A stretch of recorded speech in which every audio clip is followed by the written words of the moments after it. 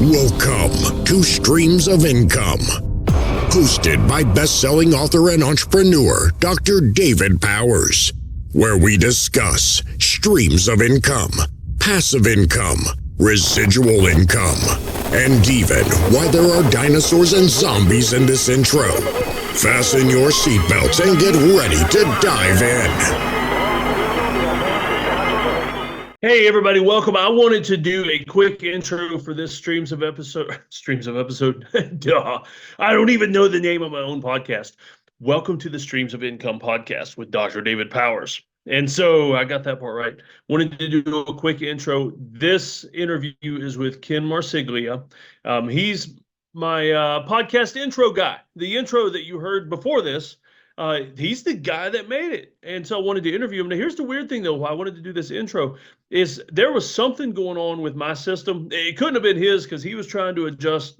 I don't know. He was turning dials and stuff on his end, trying to adjust things. And it was on my end. And the thing is, I live kind of off grid here, meaning there is zero broadband internet. And so when there's storms or weather disturbances or magnetic geostorms or anything like that going on, my internet sucks. And so I think there was a lot of static on my end. And so his voice and everything was coming across horrible.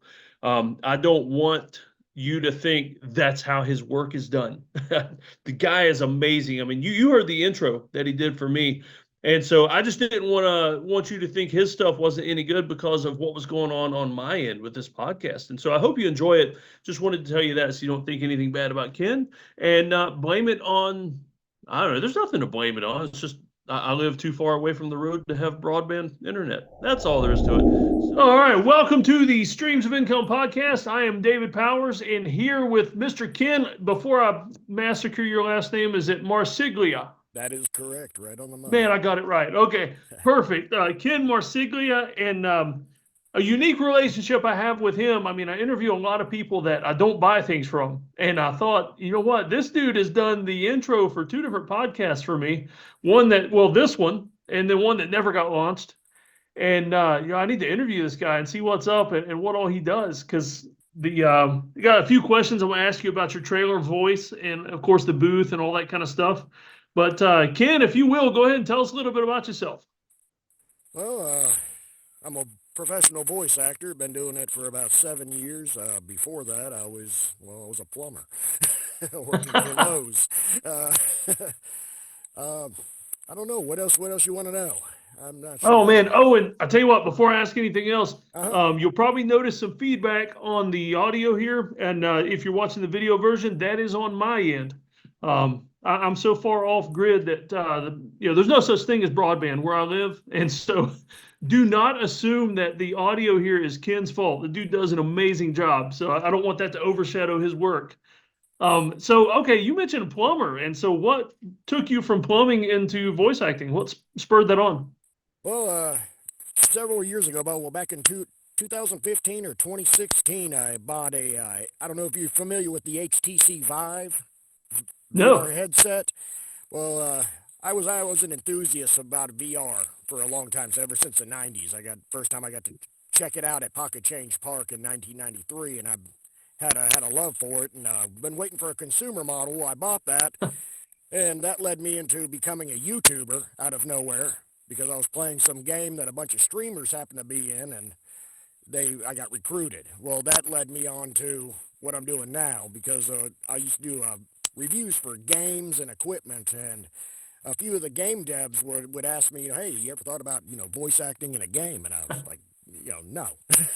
Yeah. Never thought about that, And, it took about a year of people bothering me about it before I actually just said, screw this. I'm gonna go ahead and give it a try, see what this is about. And, well, I fell in love with it from there. Yeah. And how long did it take you to replace that income and just drop the Lowe's job? About 6 months. Wow, that's amazing. I mean, most people mess around with their side hustles and income streams and take years and blame it on the income stream. Oh, yeah. When I hit it, at first it was just a hobby, and, I messed around for about 4 months of it until I got this radio show called Emperor Pigs, Pizza, and Cigs, which is a wonderful show. It's not for the faint of heart, but it was fun. And I fell in love with it from that point on, and I just started grinding. And that's what everything's about. If you grind hard enough, you're going to make it. Oh, You yeah. know, it doesn't matter who you are or what your skill set is. If you do it, you're persistent. You're going to make it to your goal. And I wasn't expecting to make it as fast as I did, but a lot of luck Yeah. is what it comes down to. Luck, and I met the right people at the right time. Yeah. Yep. Yeah. They, I don't remember the exact quote, but most people say luck is just a matter of timing and hard work. Yeah. Yeah. It All really right. That's is. pretty awesome. Man. And so you went that fast, and I found you on Fiverr. Mhm. I'm assuming, is that the only place you work off of, Oh or? no, Fiverr makes up about 8% of my gigs. Okay. Fiverr, I set up a Fiverr account when I first started voiceover. When I was still doing it as a hobby, and just really never did anything with it on there. And until 2018, I finally put up my first gig, and I wasn't making any money yet. I was getting the occasional $20 gig here and there from somebody who just wanted an intro for a game or a DJ drop, and I didn't know what I was doing.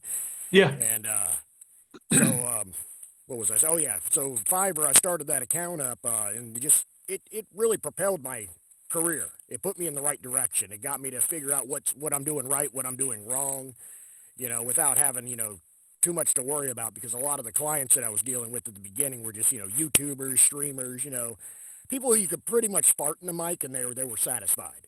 I hate Yeah. to say it that way, but it's true. I sounded like Yeah. garbage. I wouldn't have bought anything from me. Uh, but that led on to, getting agents and, going to voices.com, voice123, where the real jobs are, Bodalgo out of Germany. And I started booking jobs left and right off of that. Plus, through direct marketing is where I get most of my work. I get a ton of my work from right off of LinkedIn. Okay. Yeah. That's pretty cool. Cause yeah, I usually tell people, cause I do a lot of UGC ads, and I get a lot of work off Fiverr, but the quality is lower.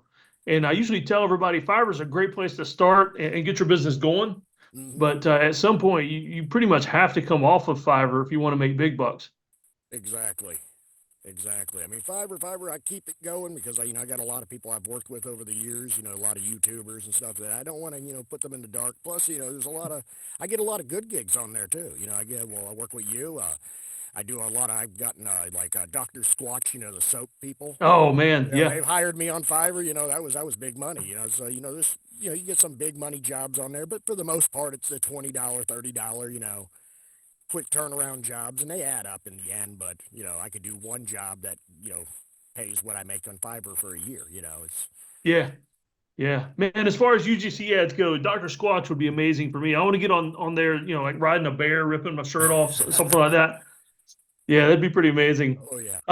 So as far as voiceover, I mean, of course, not everybody's going to have a voice for uh, worth anything, that they can monetize. But if they do, what kind of equipment? I know probably in the beginning it was cheaper stuff, maybe even just your phone. But what kind of money do you have in the equipment and the booth and that kind of stuff now? Oh, right now I got probably close to about $70,000 worth invested. Yeah, Before that, I started out with a blue snowball, a $50 mic that really wasn't worth a damn. But I mean, it sounded good enough for what I was doing. yeah, But like right now, I'm using the Sennheiser MKH 416 shotgun mic, which is that's I don't have a reason to buy another mic after this. yeah, That was like $1,300, and I have my DBX console, and I have several channel strips with EQ, and I'm working on getting an Avalon. That's big money. It's like $7,000 that I don't have. wow. And then the booth is custom built. I built it myself, and it's virtually soundproof. I mean, it's not soundproof, but it's pretty darn close. I got a normal noise floor of around negative 90 dB, which Yeah. is way beyond human hearing. Oh Uh, yeah. but you end up sinking a lot of money. You can get away with I guess $1,000 in a PVC booth setup. I see a lot of pros still using PVC booths. But I like to be able to record while my neighbors are mowing the lawn. Yeah. Yeah, I've got 5 kids. That's why one of the reasons I started out doing my podcast and my videos unedited, with bloopers and everything. Because man, if I try to do it all fancy, my kids are going to walk in, want to run by naked or something. Who knows? Yep. And I Yeah, got but children that run around so I screaming mean, all day. oh man, yeah. And so if you want to get to the big time pro level like you are, I mean, you're gonna have to invest some. But you know, you said for what could somebody start up if they wanted to try to do voiceover startup? What kind of money would they be looking at? If you want to start up, you can go on Amazon, get a microphone interface set up. I think it's Audio Technica 2035. They usually run about $300 for the full set. That's boom arm, mic, pop filter. I think a Scarlett 2i2 interface, which is yeah, bottom barrel but good enough. And PVC booth, which would just be PVC pipes, 1.5 inch pipes with angles, and some sound curtains, or go even cheaper, some moving blankets, and you'd be out about another $300 tops out of that, depending on quality and how much you want to build it up.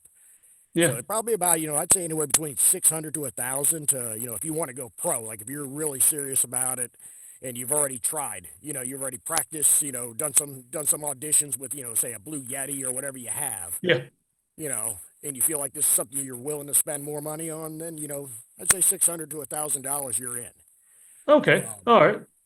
So that's I mean, it's not cheap money, but that's not bad for a business startup. no, and you make it back quite quickly. I mean, I didn't buy anything that I didn't make off of voiceover. So like, Yeah, when I started off with that blue snowball, now that was out of pocket, but I was using that for, YouTube and stuff. So, it wasn't yeah, wasn't even bought for a voiceover. Then yeah, I built my first booth. It wasn't even a booth. It was just not even, it was a closet. I wouldn't call it much of a closet because it was about 2 feet deep. I was, yeah, I'm almost 3 feet wide. So whenever I was in it, I couldn't close it.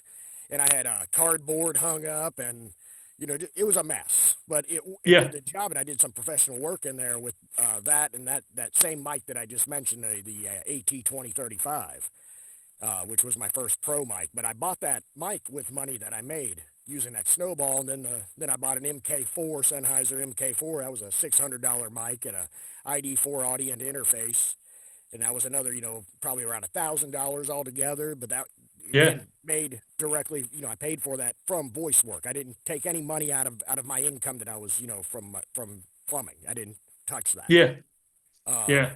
and then the See, that's same a thing. great way to go because too many people get started up and first thing they do, they max out the credit card Yep. buying something somebody recommended and then add the interest payments into the cost of the equipment and it's a mess. I mean, the way you did it, just buy something that works, do a job, buy the next thing. I mean, reinvest in yourself and man, look how fast you got to pro level. That's Oh that's yeah. pretty amazing. And I think a lot of Yeah, it has to do with, is that you're doing it like it's a game. You're making achievements from the game. You're not going outside the game and bringing stuff in. And I think it yeah, goes a long way of getting your motivation as well. It's what kept me going, was seeing that, okay, I'm making this money and I'm upgrading from what I'm making. So, it made it worth it. yeah, And, you know, I, yeah. and I I didn't, love I that didn't, way of looking at it, like a next level unlocked kind of yeah, thing. it's basically what it is. And, and even during that whole time, I was still, I wasn't under the impression that, I'm going to be doing this the rest of my life, or, even make it as far as I've made it. It was just, I'm just going to keep on pushing it until it doesn't push anymore. Yeah. And, and I just got lucky and it kept going. Yeah, yeah, that's pretty awesome. Hey, I tell you what, tell me about the your trailer voice because I mean it sounded pretty awesome on my podcast intro. And how much of that is pure you, and how much of it is just a little bit of manipulation? 95% of that is me. The manipulation is mostly compression. There's Yeah, very little pitching if I do any. Usually I do pitching whenever they want, pure Don LaFontaine style, which they pitched his voice as well. And I only pitch it about 0.25 cents on the dial. So it's basically a quarter of one octave yeah, is what I pitch it down to. And the rest of it's just me. Now, if that's I do pretty cool. like Grindhouse, like I did for Dick Dynamite, that's 100% me with Yeah, some amplification, of course, to make it boom a little bit more, but no manipulation of the audio signal at all. yeah, yeah, and it's pretty amazing to me what you can put into that because I mean, you seamlessly like in mine the I mean you got dinosaur noises, zombies, alien bugs. I mean, you can almost picture what's in the sound quality. It's pretty cool. Oh, sound design is something I enjoy a lot. I've been doing that for a lot longer than the voiceover. Yeah. Yeah. Yeah. I mean, it's amazing. So I tell you what, do you have any other streams of income or like other ways you make money off of your voiceover, or any even streams of income that don't have anything to do with voiceover? Well, I work with a lot of clubs, nightclubs, doing their intros for the night and Okay. their outros, and sometimes some mid rolls in between if they have anything they want, from a sponsor or anybody, local businesses or anything like that. But most of those are in China. I do a lot. I'm probably the voice of about 50 nightclubs right now in China. Well, Uh, so I do that. I also do a script, screenplays, rewriting them. Not I don't write them for people, but they'll send it to me to fix the dialogue. okay. Because I specialize in dialogue whenever it comes to writing. It's one of the things that annoy me the most whenever I look at a script and the dialogue just isn't what humans would say or how they talk. Okay. Yeah. So I make some money off of that. I do a voicemail. I got a couple of companies that hire me, and it's still voiceover there, but I'm just going onto their Google account of different companies and changing their voice message system and getting paid for it. Oh, that's neat. Um, Yeah, I've seen people do that at Comic Cons, where the celebrities they'll pay them for an autograph, and the celebrity will record their voicemail for them. oh yeah, And oh so yeah, you do that for businesses. yes. I do some epic voicemails as well. Some of them hire me to do the trailer voice as a voicemail, which is fun. Some of those are, yeah, some of them are corny, some of them are pretty good. Yeah. Hit or miss on that. And then I do audio design and editing and restoration on the side as Okay. well. Yeah. 'Cause See, I that's do. one of the reasons I always ask that question is I get a lot of people that, or a lot of the people that aren't as successful, they've got income streams all over the board. Like every Mhm. shiny penny, they jumped on it. And I love it when I hear an answer from somebody that is doing well, and all their income streams kind of can tie back into a main thing. It's just different branches of it. Oh yeah. And that's the way you have to do it. I mean, to me, any business that has one stream is, it may survive, but it's not going to thrive. It's not going to go anywhere. It's all the little amounts that add up. Everything in combination.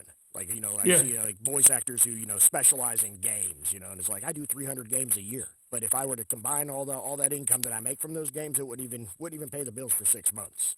yeah, You know, I can do 10 commercials and make 5 times as much as I made for those 300 games.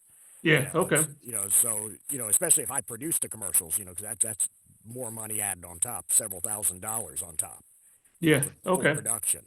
All the So value added stuff that you can just oh add yeah, into it. oh yeah, Yeah, and okay. So yeah, well, that's a good point to hit on is the value added. So I mean, you can take a regular gig, whether it's voiceover, something like that, and then I assume you can pitch all these upgrades, that kind of thing. Like, hey, do you need this? Do you need that? oh yeah. And That's when I'm pretty working cool. directly, a lot of times I just get whatever the client wants, brief wise, and I just send them, all the details, and here's what it's going to cost at the end. Yeah. And Okay. All right. Now I'm not picking up any accent from you at all, oh or at least really? one that I can recognize. So, do you ever get people that?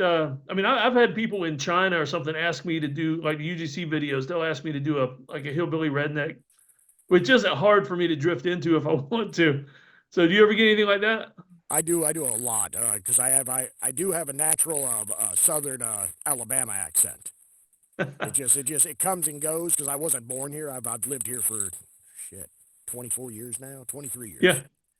years. So I picked up the accent. Plus, I've learned all the accents of all the southern dialects. So I can do pull off if they want a Georgian accent. I can pull off a Georgian accent. West Virginia, I can do that. Mississippi, Louisiana, Cajun, it doesn't matter. Yeah. And then Yeah, also, that's pretty neat. I've always thought that was really cool when you run into somebody that can pick up the different dialects and accents. I mean, and just tell where somebody's from. oh yeah. You I know, wish I could do things like New Yorker accent, sound like I'm from the Bronx. I've had people request it, and I can't even come close. It's yeah, like one of those things that just I try and try and try, and I just fall into pirate or yeah, something just weird. yeah, yeah. I fall into pirate anytime I try to do Irish or Australian. It Well, just, that's how you do the Irish. You start yeah, with pirate, and then you level it out a little bit. And if you want to go Scottish, you go drunken pirate. You're solid, serious. I'm gonna I have to do add a that to my when I talk to the kids. So, where would you want people to find you? I'll put a link in the show notes, but where's the best place to find you if they want a voiceover or something? KenMarsiglia.com. All right, easy enough. All right, and so as we get close to closing out, the last question I usually ask everybody, if you could only do one income stream for the rest of your life, like you had to drop everything or even start a new one, what would be your dream for the rest of your life income stream? Network voice. Network voice? And Yep. what exactly is that? Oh, like when you hear on TV, coming up next, that kind of Yeah. telling you or giving you a small brief of the next show coming up, or just that kind of voice. I get a lot of auditions for HBO and whatnot for that. And I'm currently a network voice for I don't know if you ever heard of Out TV. No, I It's a haven't. streaming service. It's one for well, it's I think it's mainly geared towards the LGBT people Okay. community. It's like their own channel, but it's like built Oh, like okay. It makes Netflix. sense with the name now. Yeah. And so they hired me. I didn't know what it was. I thought it was a joke whenever I first got hired by them, because the script was actually funny. It was like one of them scripts that you're like, oh, this can't be real. And then I found Yeah. out, oh wow, it's real. I'm like, my voice is on a TV show. That's cool. But I'd love to do that. To me, that is. I think it's a lot of voice actors' dream gig. The ones that are Yeah. serious into it, that aren't just into character work. It's because that's just gonna pay the bills tenfold. Yeah. Okay. Yeah. So if I'm watching Game of Thrones one day and I hear, scene on last week's episode, that's going to be you saying that at some point. At some point, I hope either them or Showtime, one of the big ones. Yeah. Yeah. Or if I'm in a nightclub in China, I'm going to hear Yeah. you doing Oh, the you're mid most breaks. likely gonna hear me if you're in a nightclub in China. Good chance of it. That's pretty cool. I've got one friend that did she got the gig for the lottery system here in South Carolina where I'm Oh, at. that's cool. And anytime they put the ticket in the machine and it says, you're a winner, it's a friend of mine. I'm like, I know her. That's cool. Yeah, but yeah, she got paid for it, but didn't get residuals, so she doesn't get a little bit every time somebody wins. Yeah, you gotta put that in your contract early on, and that's hard to do sometimes. Sometimes it's Yeah. just it depends on what their budget is, if they're willing to do it. So I know, like, can't remember her name, and I'm friends with her online. The one who did the voice of Alexa, and Okay.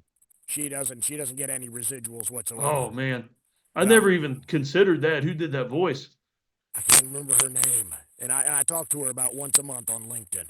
Yeah. I do So not I would remember. imagine, how in the world would you do that? Like she would just have to record a set amount of things for them, or Basically, it's probably about 40,000 words top, a minimum, just yeah. so that it can mimic her voice. So you Okay. got to make a voice print for artificial intelligence, and see, that's one thing I will not touch. If somebody Yeah. wants something for artificial intelligence, they better have a six-figure rate, Yeah. because it's Yeah. gonna. Because that's a lot of money moving forward. Yeah, you're taking money. I'm gonna lose money because of it. And the worst part about it is having your voiceover saturated. The more popular your voice is, the less work you're going to get, at least the big jobs. Okay. It's because People just hear it too much. yeah, it's why like same thing with in perpetuity. Having a job that where they can just play it for the rest of the life of the company every day if they Yeah. want. And it kind of hurts you in the long run. Like, say, if I do one for an auto parts dealer, and they do it in perpetuity. Well, now I might not ever get a job from any other auto parts company, because that person still has rights to my voice.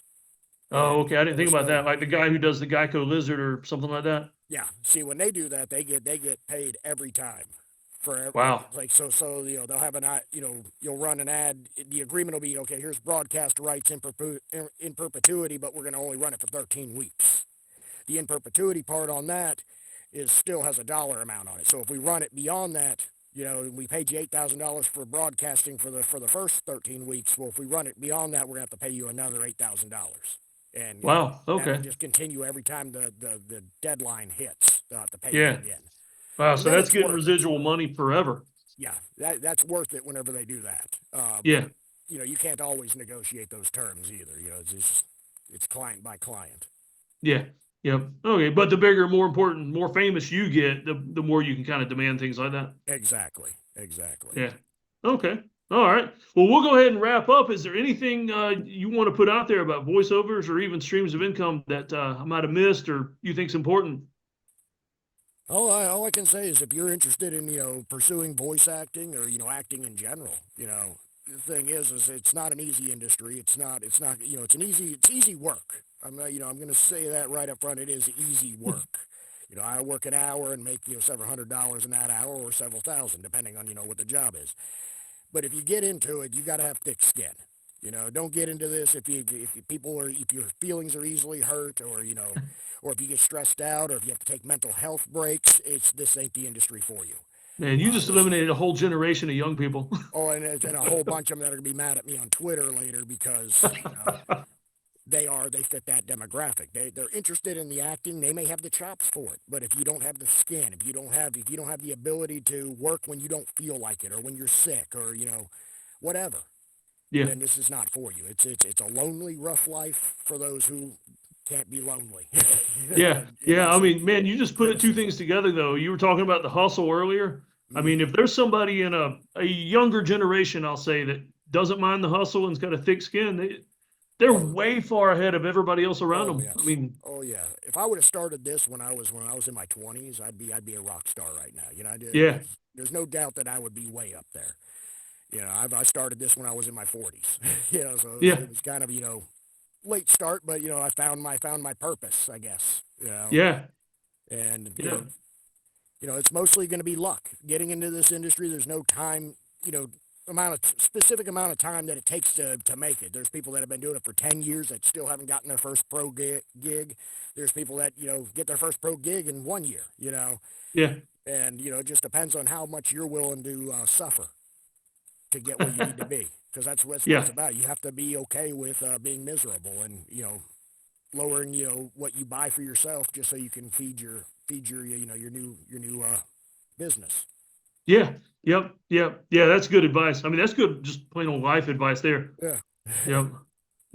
All right, man. Well, thanks for joining me. Like he said, kenmarsiglia.com, and I'll put that in the show notes just in case people wondering how to spell it or anything. And thanks for coming in and educating me a little bit on the voiceover industry. I appreciate it, brother. It's been fun. Yeah. Hey, guys. It's Dr. Dave here in Rugged Dad Studios for another episode of, or actually by the time you see this is going to be a segment of the Streams of Income podcast. It's going to be a short one. I'm actually experimenting with some microphones. And so I thought, you know what? There's some other folks out there that are as new or newer to podcasting as myself, and this might benefit them. I'm very new to podcasting. I've been doing YouTube videos forever. Well, we won't date myself by saying how long, but forever. And so I'm new to podcasting, probably should have done it years ago, but new to it. And so I'm experimenting with microphones. I've got some fairly cheap things going on here. And so, cheap, that just makes it sound really bad. Inexpensive, we'll say. I'm out on the inexpensive side with the tech because I just don't want to put a lot of money into the tech right now if it's not really needed. I mean, one of these days you'll see me with the fancy Rodecaster Pro and all that kind of stuff. But I just don't see the need for it right now, not with this type of podcast. If I was doing a different kind of podcast and needed all kinds of sound input and that kind of thing, I might do that. Or if I was at the level of Pat Flynn, might do that also. But for today, we're going to talk about microphones. What you're listening to right now, and since the start of this little segment, is the regular microphone in my laptop. And this is an LG Gram laptop, nothing special. Just the standard microphone that comes embedded in the laptop. And so what I'm going to do now, I'm going to plug in my Tonor unidirectional microphone with my spit shield on it. There we go. And let's plug that in. And we're going to test that and see which one sounds better. Now, I'm going to be biased. I mean, like most people, well, yeah, I guess most extroverted introverts, which I am, we love to talk, but we don't always love the way we sound. I'm one of those people. I don't always love the way I sound. Sometimes I'll go back and I'll listen to some of my videos, some of my audios, and man, what is wrong with that dude? Why does he sound that way? Does he really sound like that? Do I really sound like that? Yeah, sometimes I do, but mostly it's just in my own mind. So I want you to tell me in the comments which one you like better. Now, for some reason, as soon as I put this microphone in front of myself, it's out of habit. I started talking towards it. I haven't even plugged it in yet. So, all right, here's the Tonor unidirectional mic. All right, boom. I just saw the little indicator go up on the laptop. It is plugged in. I'm now speaking into the unidirectional Tonor microphone. I need you to let me know what you think. Did it change the sound quality? Is it sound better, worse? Let me know. It's also unidirectional. And so the problem there, if I'm doing a podcast where there's more than one of us, I'm going to need multiple mics or just work with the laptop mic, which is, it's in the laptop. I don't know about the specs on it, but I'm guessing it's just cheap and unidirectional because it tends to pick up pretty well. It always has from my YouTube videos. And so I'm going to move around a little bit and let's see how the unidirectional mic picks up when I'm not speaking directly into it. So how does this sound? I'm going to talk normal now, just, not yell or anything. I'm off to the side here. So how does this sound when I'm off to the side of the mic? And back to the middle again and off to the other side. So I'm going to go back and listen to this one for sure. But like I said, I really need your feedback in the comments. All right, the next microphone that I'm going to use is my oldest son, Abishai, he used to work at a thrift store. And occasionally they would get things in that they couldn't sell. This next mic I'm going to try, they did not have the capabilities really to test it out. It wasn't worth the cost and the time to them to plug this thing in, test it, make sure it worked. And so they said, hey, Abishai, you want this? And he said, oh, yeah, cool. My dad might want to use that. So he brought it to me. It's the Blue Snowball. Now, many of you guys recognize this. It's the Blue Snowball. It came to me free from a thrift store. And so I'm going to plug that in next. The big difference is that it's omnidirectional. Now, that means the unidirectional means, it's attracted to sound from one direction, basically straight into the microphone. Omnidirectional, I've actually been on some podcasts in places like open parks. I did a podcast with Heck Mariah one time about a book I wrote called Game of Thrones versus the Bible. And he was in my area visiting, had his girls on the playground. And so we actually sat on a park bench at the playground while his girls were playing, and we could both keep an eye on them, and did the podcast on an omnidirectional blue. I think he had a Blue Yeti, he called it, just a different blue microphone. Maybe a better one than this, though, because I got to be honest with you, the sound quality was amazing. And somehow it also auto-filtered out all the background noises, screaming kids, unless they were too loud, the squeaking of the swings, people running by. It did a really good job. All right, so now I'm going to unplug this Tonor unidirectional, and I'm going to plug in the Blue Snowball.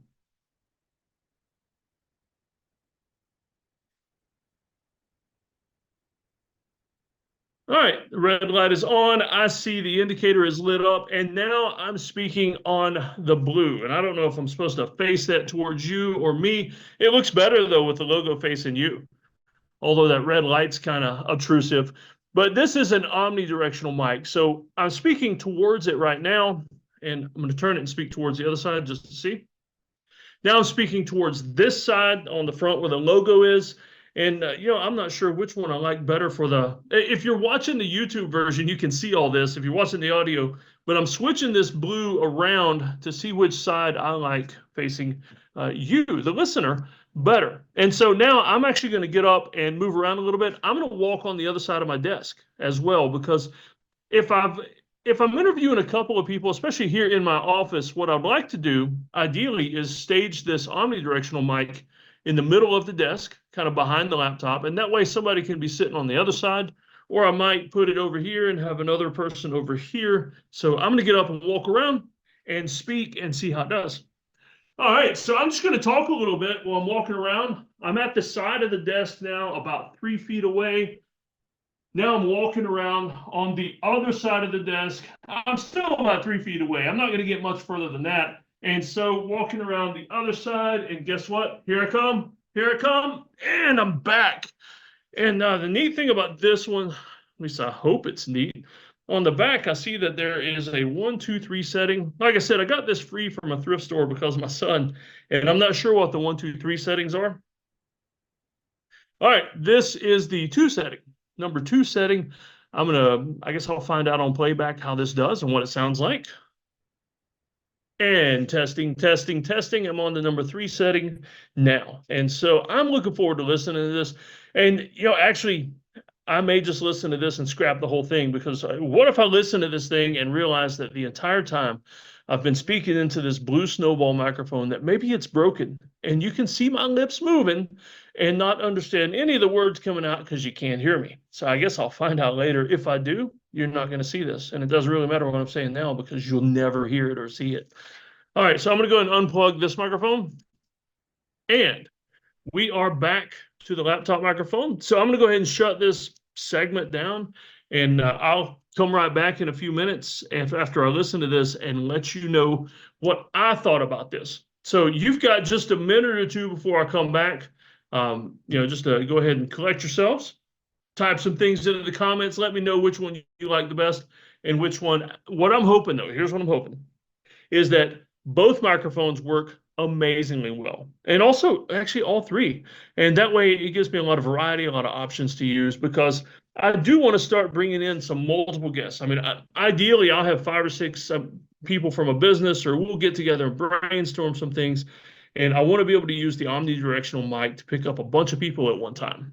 All right, this is Dr. Dave signing out for just a minute, and I'll be back in just a few. And guess what? I'm back.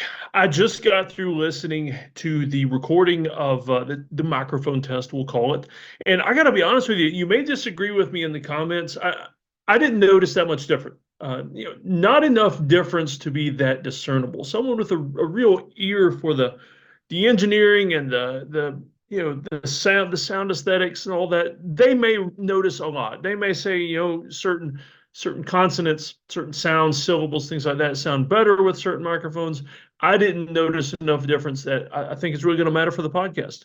I do find, though, that I like the feel of having a microphone in front of me. I may not, I don't know, I may change that in the future. I don't know, but the laptop even seemed to record perfectly well. I noticed, I could tell a very, very slight difference when I went from the laptop to the toner, unidirectional mic. Notice a slight difference. On the Blue Snowball, I didn't really notice any difference from the toner to the Blue Snowball. And especially when I put it on the 1, 2, 3 settings, I didn't notice any difference there either. And when I walked around the desk with the Blue Snowball, you could tell I was a little further away. You could tell the sound was coming from further back. And so it may work better for that than the unidirectional. And so I'll use that for interviews when I've got multiple people around the desk or a table or something like that. Or maybe when I'm out and about, like doing an interview in the park on the playground. And so I'm going to just use and work with this microphone right here for now because I think it works perfectly fine. But like I said, let me know in the comments below if you disagree. And, maybe I need to invest in something better. I am more than willing also to accept recommendations. What do you use? What do you like? What have you used that you notice a tremendous sound quality increase with?